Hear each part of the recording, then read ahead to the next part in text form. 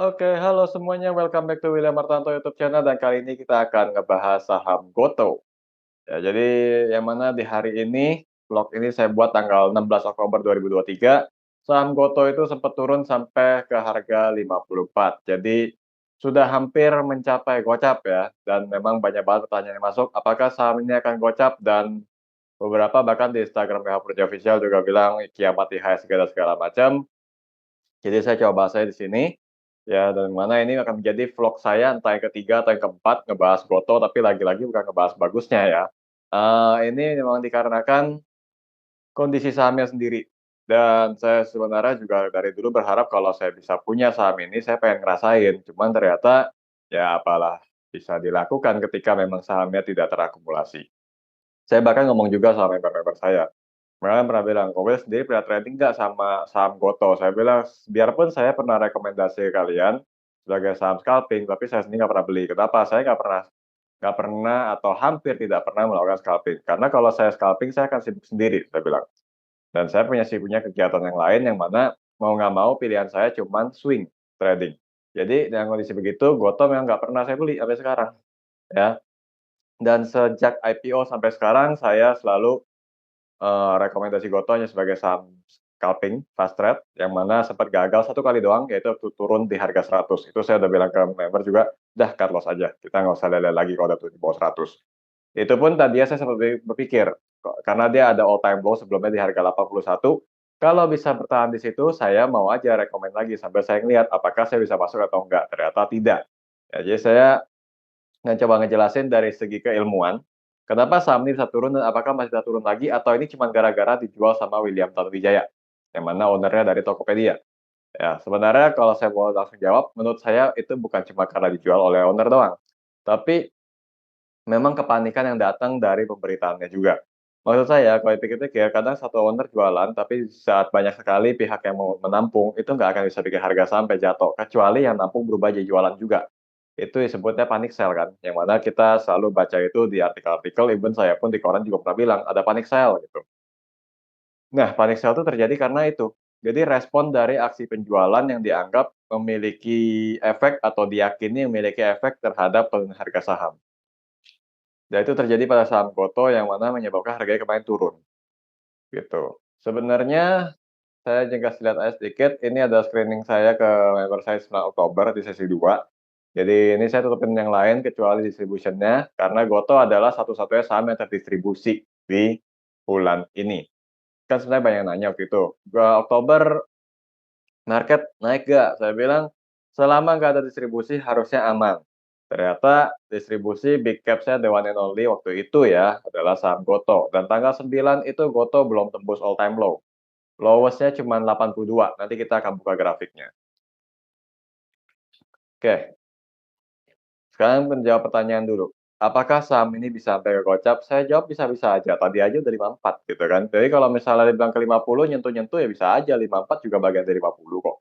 Dan secara teorinya juga dalam segi keilmuannya juga kalau misalnya memang tekanan jual masih banyak, distribusi masih besar, maka harga bisa turun serendah-rendahnya sampai batas terendah yang bisa dicapai gitu. Sampai ketika batas terendah tersebut sudah dianggap cukup oleh satu pelaku pasar dan melakukan fase reakumulasi. Ketika sudah reakumulasi, harga saham bisa naik lagi. Tapi kapan terjadinya tidak ada yang tahu gitu ya. Selama masih banyak panic sell-nya juga, ya kita asumsikan bahwa saham Gotow atau saham apapun yang mengalami tekanan jual itu masih bisa turun gitu. Saya tuh banyak juga ditanyain sama temen juga ya, soal Gotow itu apalagi waktu masuk indeks apa ya, MSCI bukan ya, pokoknya Anda lebih tahu lah.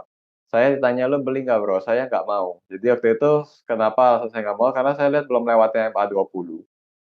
Kalau nggak salah sekitar sini ya, jadi ini belum lewatnya MA20, lewat pun cuman bolak-balik aja.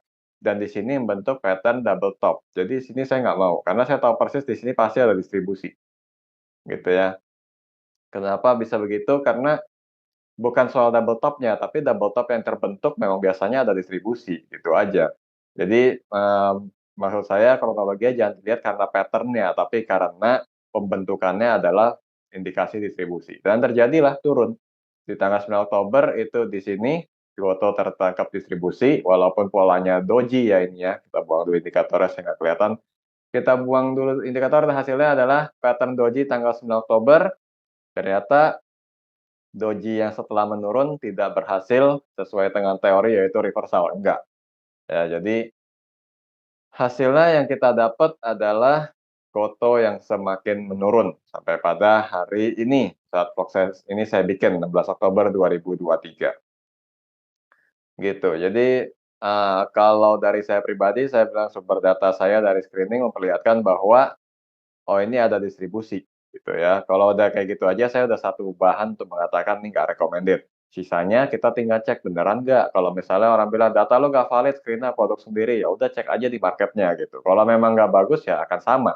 Tapi kalau misalnya screen saya yang salah, bisa aja distribusi tetap naik. Bisa juga kita bilang itu ada fase markup atau enggak. Yang penting itu datanya mesti harus dilihat kan ketika sudah selesai perdagangan, gitu. Nah, tapi bukannya kalau orang-orang akan bilang, bukannya kita kalau pakai produknya, siapa sih yang nggak punya Gojek, nggak punya Tokopedia di HP-nya? Ya, teori itu berlaku, memang di HP saya pun juga ada aplikasinya, tapi bukan soal berapa banyak usernya, berapa banyak konsumennya. Kalau kayak gitu jalan tol tiap hari rame kok, Jasa Marga nggak naik terus, gitu kan. Kenapa yang saham yang bisa naik terus dengan anggapan bahwa produk dipakai sama semua orang itu cuma perbankan, itu pun cuma 4 rata-rata kan, 4 bank besar doang yang naik kan. Ini ada faktor tambahan yang harus diperhatiin buat Anda semua, bahwa walaupun konsumennya banyak, pastiin bahwa kehadiran Anda sebagai konsumen bisa bikin dia cetak laba, emitennya cetak laba. Kalau emitennya tidak bisa cetak laba, mau se-Indonesia persis sampai anak-anak yang baru lahir pun pakai produknya, tetap aja nggak bagus. Karena di saham itu, in the long run semua ke fundamental, tapi dalam jangka pendeknya itu teknikal dan fundamentologi dan segala macamnya itu yang kita pakai. Jadi kayak apa ya? Ya saya nggak kepikiran sih itu bikin perumpamaan apa, tapi intinya dalam jangka panjangnya ketika orang investor melihat bahwa saham yang awalnya dilihat bagus, perusahaannya ada nilai bagus, tapi tidak bisa cetak laba, ya itu udah cukup untuk mengatakan bahwa itu tidak layak, gitu. Itu saya pernah diajarin sama teman saya fundamentalis. Dia pernah bilang bahwa rasio mau secakap apapun, kalau itu tidak didasari oleh terbentuknya laba asli dari sales, itu nggak bagus. Dia bilang gitu. Kalau terus saya tanya, kalau laba hasil jual aset lebih-lebih lagi, itu lebih tidak bagus lagi. Jadi Anda mesti perhatiin di bagian itu ya. Jadi ke depannya kalau misalnya ada lagi emiten yang IPO yang produknya kita pakai bersama gitu ya, itu mesti perhatiin apakah bisa mencetak laba atau tidak. Gitu. Terus ya ini juga saya pikir bisa jadi pelajaran buat banyak orang yang dulu percaya story banget, karena Gotoh salah satu yang digadang-gadang dengan story, setelah Bukalapak lah, saya ingat banget kejadiannya. Ya karena kalau saya mau ngedumel, saya bisa aja buka cerita bagaimana tahun lalu, saya disebut yang denial atau dibela stock pick-nya sampah dan segala macam, tapi saya udah lupain lah, saya nggak mau peduli orang-orang ngomong apa, toh intinya pada percaya teori itu, teori nilai ekonomi hari ini ngeliat langsung, apakah itu layak diikuti atau layak dipercaya atau enggak. Saya cuma tak percaya gini ya, ketika tren sesuatu lagi booming, ya tren akan terbentuk, tapi namanya tren selalu ada awal, ada akhir. Jadi, akan ada masanya satu saham bisa naik terus, ada masanya dia harus istirahat, turun. Tapi turunnya sampai berapa nggak ada yang tahu. Makanya itu yang saya jelasin di awal. Dari segi keilmuannya aja, selama tekanan jual atau distribusinya berlangsung, ya kita mulai expect serendah-rendahnya. Sampai pada satu titik terjadinya reakumulasi. Dan sejauh ini saya lihat sih belum ada ya, walaupun tadi kalau kita dari chart, candlestick dari Gotoh itu bentuk pattern doji yang ekornya panjang di bawah, long leg ya jadinya hitungannya ya. Itu bagus banget sebenarnya secara teorinya. Volumenya tinggi lagi, itu yang mesti Anda perhatiin, apakah volume tingginya kosong atau enggak. Kalau volumenya kosong, saya rasa pattern ini nggak ada artinya. Mungkin rebound-rebound dikit ngetes di sekitar 81, bisa, itu pun kalau misalnya ke situ juga udah bagus banget ya, karena 66 ke 81 secara persentase tinggi. Tapi apakah bisa ke situ atau tidak, saya juga di sini bukan untuk buat rekomendasi, karena sampai dengan hari ini, di 16 Oktober, saham Gotoh belum ada akumulasinya juga menurut saya. Jadi, ya saya cuma memberikan penjelasan aja, kenapa saham ini bisa sampai turun banget. Pertama, distribusi yang sudah terjadi, dan itu berlanjut terus. Kedua, kepanikan karena ada berita dari owner-nya, gitu ya, pemegang saham lepas. 3, ketika all time low saham ditembus, itu biasanya orang paniknya juga menjadi-jadi. Jadi faktor kedua dan ketiga adalah panic sell yang semakin parah oleh keadaan di pasar. Kalau udah kayak begitu, ya udah siap-siap aja lah harga turun, gitu. Nah, pertanyaan terakhir tadi ada masuk di WA, ya terus ditanya, "Kira-kira masih bisa naik nggak sih saham ini?" Ya saya bilang, bisa lah kayak Bumi aja gocap bisa naik gitu kan. Friend gocap-gocap juga bisa naik. Kalau Anda ingat saya kan termasuk yang sering banget nge-roasting saham Friend di channel saya sendiri kan, tapi maksud saya, segocap-gocapnya Friend aja bisa naik gitu. Banyak saham gocap yang setahun sekali naik, PNBS gocap pun bisa naik. Gotoh nggak ada yang tahu, tapi dalam hal ini kita nggak lihat emitennya, kita ngomong harga saham ketika ada market maker yang mau gerakin. Jadi menurut saya bisa naik atau enggak, one day bisa, tapi one day-nya berapa tahun atau berapa bulan nggak ada yang tahu. Saya juga nggak akan bisa jawab, kecuali saya sudah melihat adanya akumulasi, screener juga deteksi, saya pun nanti akan ikut, gitu. Makanya sampai sekarang saya nggak pernah main saham-saham teknologi. Tunggu, pernah, tapi itu sebelum ada story-story new economy ya, itu PTSN waktu tahun 2018 yang dia naik harga 1.000 dari berapa ratus saya lupa. Terus MTDL waktu pandemi udah banyak lah yang bergerak. Jadi saya ngerasain saham teknologi tapi yang new economy, e-commerce gitu-gitu belum dapat. Jadi kira-kira gitu ya, saya mencoba menjawab, tapi saya tidak membuat rekomendasi sama sekali. Saya mencoba menjelaskan dari sisi pengetahuannya aja, keilmuannya, kenapa saham ini bisa sampai turun separah itu, gitu. Tentunya saya harap kalau misalnya sampai Gotoh harus ke Gocap pun itu berarti mengakhiri beban IHSG, karena Gotoh itu kan kalau turun lumayan ya, bobotnya kayak IHSG sampai dia Gocap kan berarti pilihannya cuma tinggal naik. Yang mana kalau Gotoh naik berarti jadi dorongan buat IHSG, tapi kalau dia belum, masih ngambang tengah-tengah, masih bisa naik, masih bisa turun, ya berarti IHSG-nya masih akan gejolak.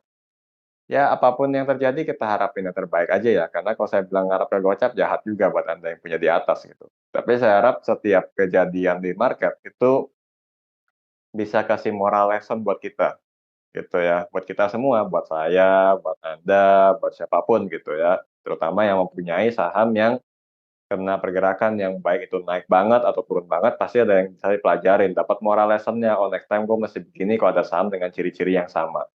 Gitu kira-kira.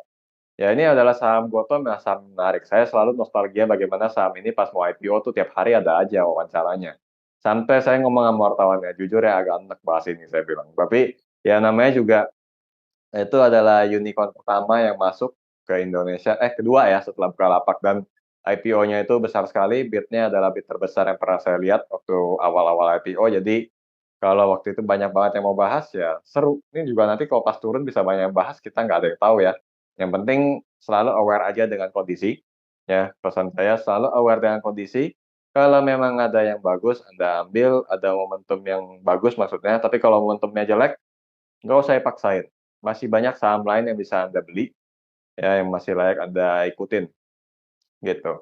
Kira-kira itu aja, semoga menjawab dan silakan like and dislike sebagai respon Anda terhadap vlog ini dan kita ketemu lagi pada video saya selanjutnya.